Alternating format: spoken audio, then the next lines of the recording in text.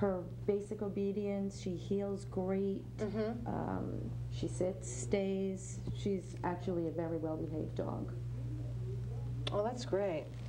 So if somebody was interested in adopting either one of these cats or a dog, or just in general coming down to the shelter, can you tell us a little bit about what the process is? Sure. We have, well, our shelter is administratively run by volunteers. As I mentioned, Cheryl's a volunteer, I'm a volunteer, Lori's a volunteer, and we have an adoption process.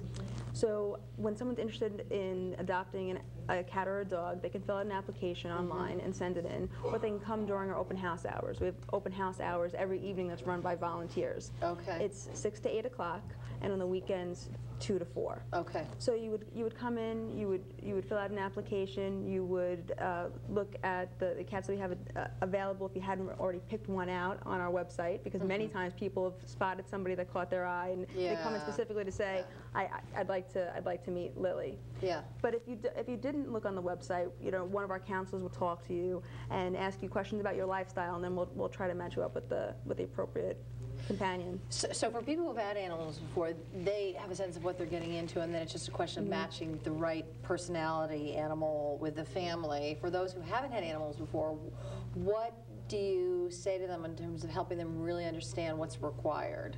Because it's a big responsibility. Yeah, we would say adopting a companion animal, a cat or a dog, is a 10 to 15, possibly 20-year commitment that you're making at the time. Yeah, yeah.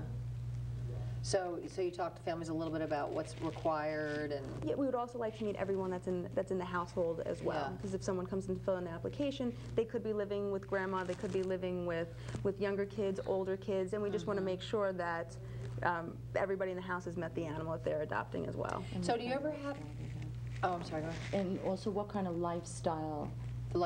That they lead, so if they're active, you know, or if they want a more mellow dog, or you know, if they want a dog to go hiking and etc. So you'd find that out as well. To try to get a good match. Right.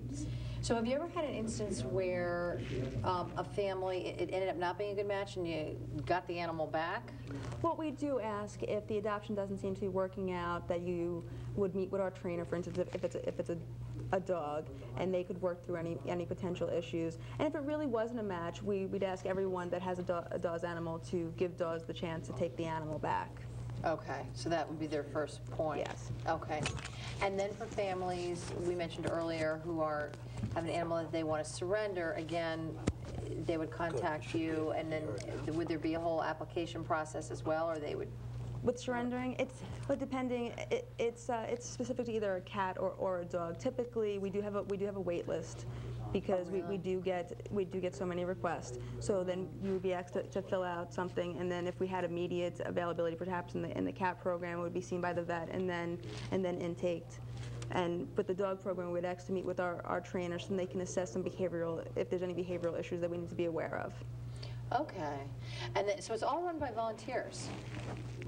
Almost administratively entirely. The entire adoption process is run by volunteers from beginning to end. We do have a shelter manager who's at the shelter every day, Monday through Friday, and she's responsible for the overall health of the animals and of the shelter environment. And that's a paid position, but all the rest are volunteered. Yes, we are hoping to increase the number of paid positions that we have. So as we grow the organization and we're able to make more adoptions, we're going to need more staff, we hope. Well, you know, it's incredible. I mean, you're all doing such a great service. Thank you. I mean, obviously, you love the animals. I mean, that's one the thing passion, we all have in common. right? That you all have in common.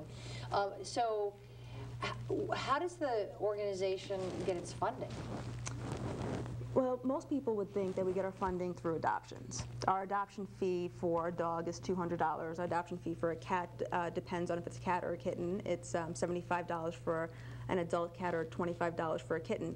But when you add up the cost of actually running a physical shelter, as well as some of our programs that we run outside the shelter, the adoption fees only come up to about 20% of the overall cost of running the organization. So our marketing committee, which is also entirely volunteer run, bears a heavy burden on paying for the rest of the programs that we have in place. So then it's just the fundraisers and whatever else you can do. It's basically, we have 2 anchor events, like I mentioned before, Puppy Love. Yep. And this, on February 20th coming up, we'll have our 3rd annual, and it'll honor our local hero in Bethel, Paul Queso. He's been very kind to us. He's actually the exemplary adopter. He and his family adopted a dog for us and then came back to continually support us. They put together a project. Paul's the person who actually had our sign put in and had requested assistance from other local businesses in Bethel to help landscape and with the masonry work on it.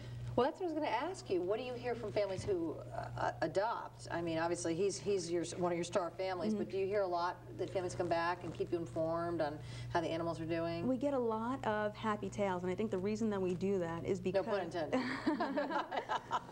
is because we actually follow up with them. We follow up after the initial adoption, we follow up a week after, we follow up 3 weeks after, a month, 3 months after, and sometimes even up to 6 months. That's great. And I think one of the important things to know about the Happy Tales is that even though DAWS has rescued the